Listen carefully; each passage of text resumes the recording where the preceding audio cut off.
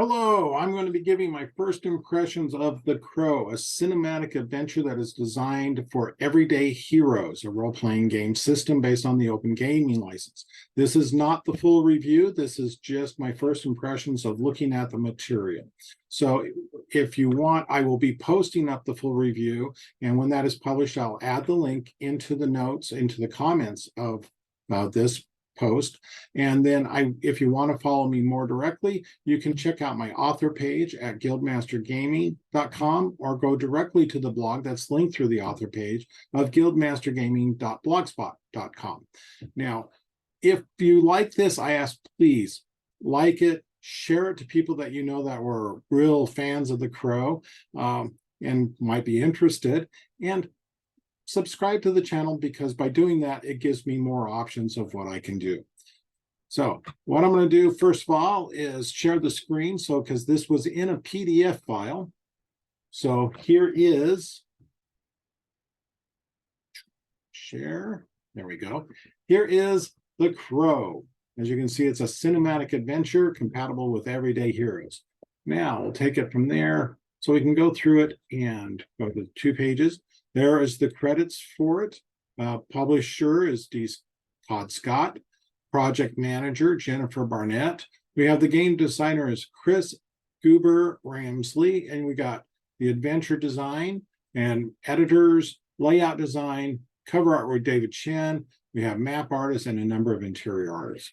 So you can see right up front that this is set for mature and adult audiences because of the content. If you've seen the movie, you understand that, understand the world that they created for The Crow, and so it has a lot to it. A little bit of a dark look to it. Table of contents, you have introduction, talking about the movie and the world, hero options. So you've got some different aspects that are very different, that are additional to this specific game, along with new rules for ritual magic, which the game itself, Everyday Heroes, was not designed with a magic system because it is set more for playing adventures in the current world as we know it.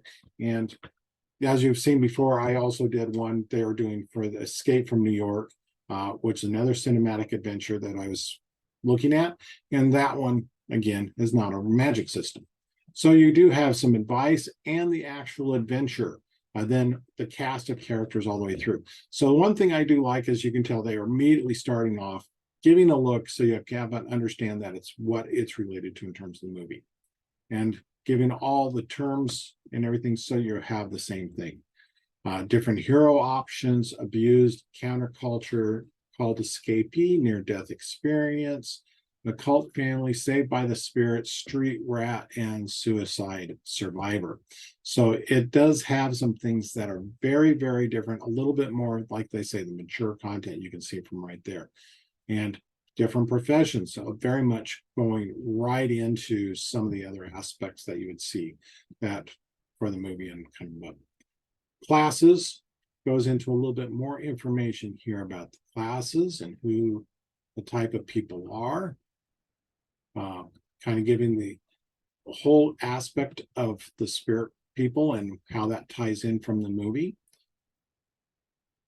and kind of the look that you kind of expect from them. The smart hero, and again, kind of going through it with additional feats, equipment, the new rules for ritual and magic, talking about how that all works in, dealing with the occult that deals with the movie of coming back and not actually being dead per se, but continuing on.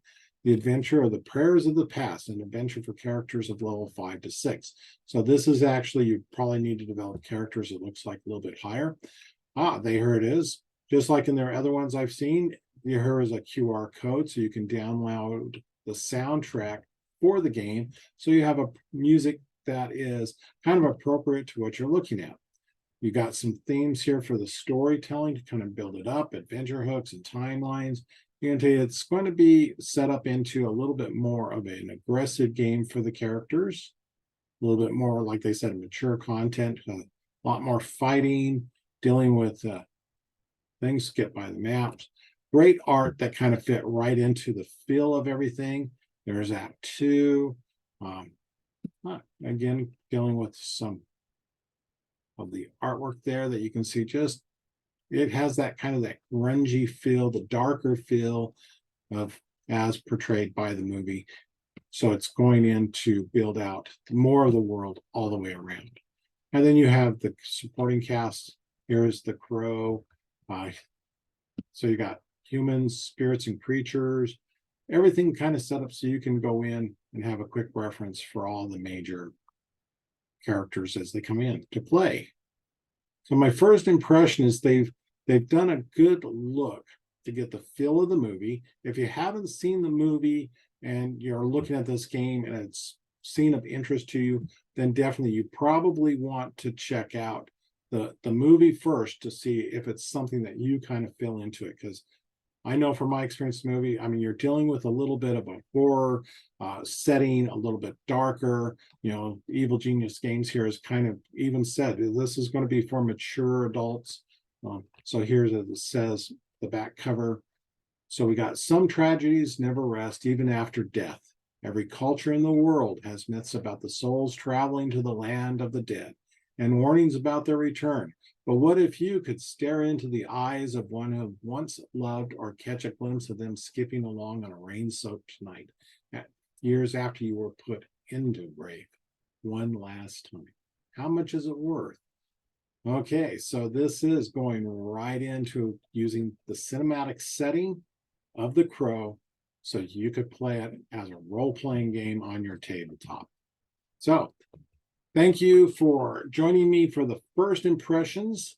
I think this is going to be an interesting game, something that my players can get into a little bit more with a darker and feel for The Crow. I have a feeling what we might even do is, if I can get it, and I know I can, is before we play this, as people are developing their characters, watch the movie again.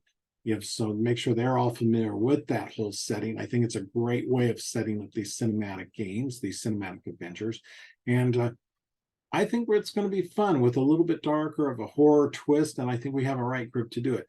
If you're going to be doing this with young kids, maybe not something for them or people that don't like a horror setting. I know a couple of people that, yeah, this would not be an appropriate game for them just from looking at this first part.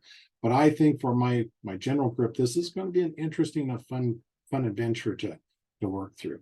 Again, this is not going to be this is not the review. When I do the review, I'll get that written up, published to my blog, and provide a link in the comments here at guildmastergaming.blogspot.com.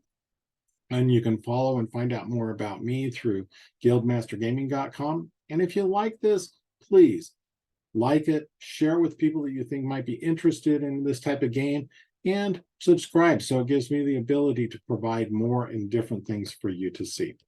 Thank you very much.